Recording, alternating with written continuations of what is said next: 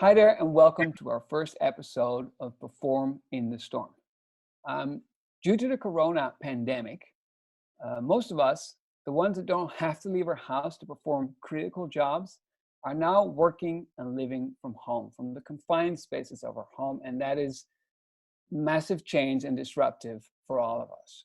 Um, Someone who does actually have a vast amount of experience of operating in a confined space for a long period of time is Berend from Kraats. He's a former submarine captain, and he has more than 15 years of experience of being at sea with more than 60 men and women in very confined space. And that's why I've invited Berend here today to talk and share his experiences with us.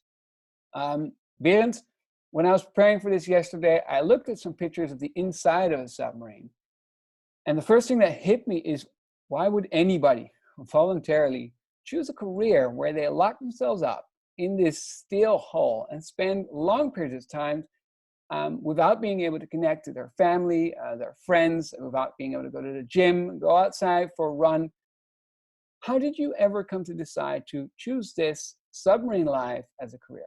What appealed to me in the submarine way of doing things and been challenging yourself, that there was a combination between technical skills and social skills and soft skills, and especially the soft skills, coping in this environment with 60 guys in this steel pipe, which is welded shut at both sides.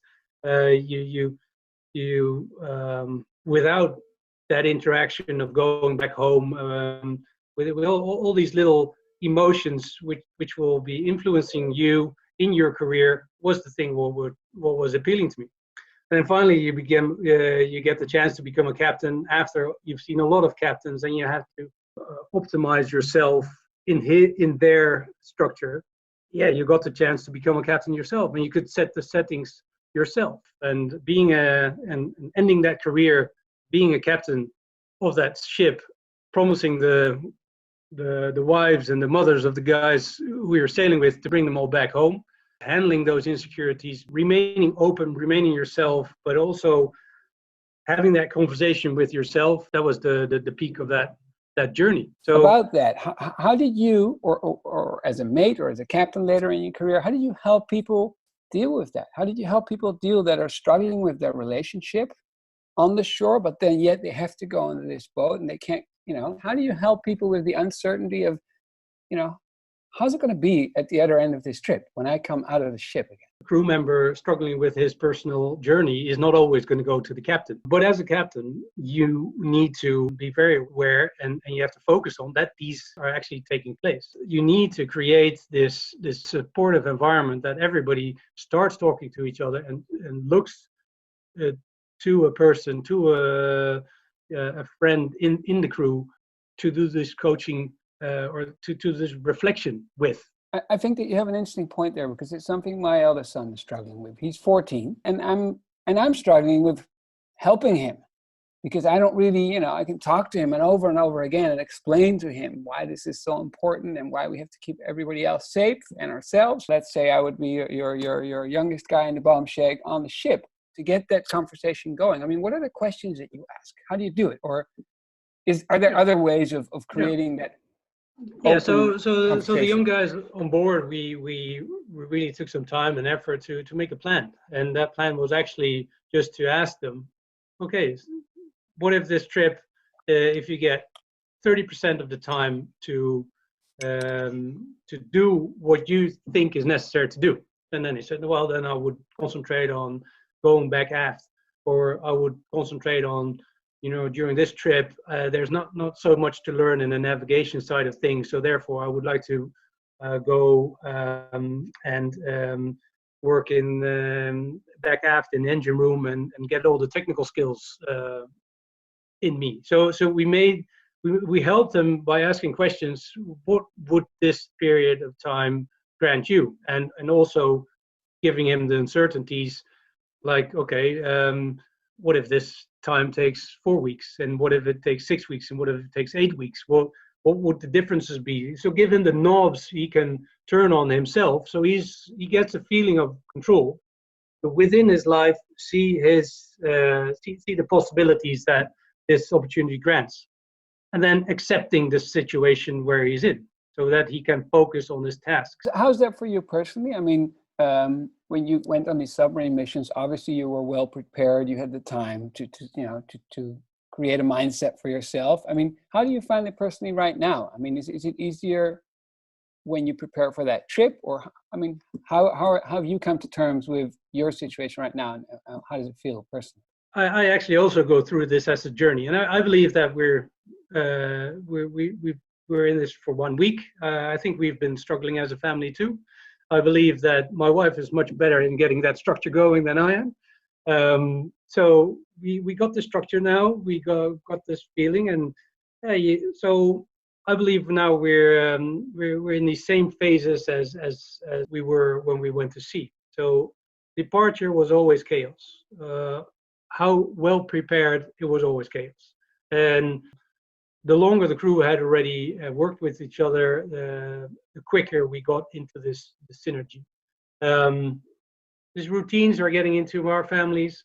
In our family, we're really enjoying the moments also, and that in submarine sailing, the sun goes up every day and goes down every day, and you get a really beautiful seaside sunset, of course. So, and that's actually what we're really also enjoying at this moment. The weather is beautiful outside. We're enjoying the spring moments and really cherry picking the moments of the obligatory slowing down with Yeah. everybody. Like you mentioned, we're at the start of this, and I don't know how about that, how that's in your family or people you're talking to, but I feel a lot of people that are in this action mode where desperately trying to get used to our new situation and trying to create some new routines. But I can imagine that, I mean, for me personally, it's costing quite a bit of energy. How was that on board your ship? I mean, how long is this phase going to last, and is it going to get easier? What do you expect? Yes. Yeah. So if you think this is hard, the hard part is coming, and that's not a threat, but it's just more. Take this moment to get the routines okay. Then if you get the routines okay, the second phase of this boat was like to optimize those routines and to optimize all the skill sets which were actually necessary to do the tasking at hand. So we always had tasks who just got the boat out of the harbor, but then we had tasks which were finally getting us through the situation or the mission at hand. So we focused on that, we're optimizing our performance. And then it started. Because then we were optimized, we had the structure, we were going, and then you're in a routine, and then everything is going, and then how is every day different? No, there's no difference in a day. The days are all the same, and then you should. Then we need to use our creativity. Then we need to start really. Then the hard work you put in now, which is actually very rewarding, will support you in that phase. Because if the structure is there, if you got your supportive environment in those weeks, then everybody is finally engaged. At this moment we're not able to see our parents. The virus may be getting a grip on some people in our circumstances, in our surroundings, and possibly really make them ill, or maybe have to bring them to a hospital, and there's a chance that older people might die. So how are you going to cope with that? Because you can't visit them, you can't go there.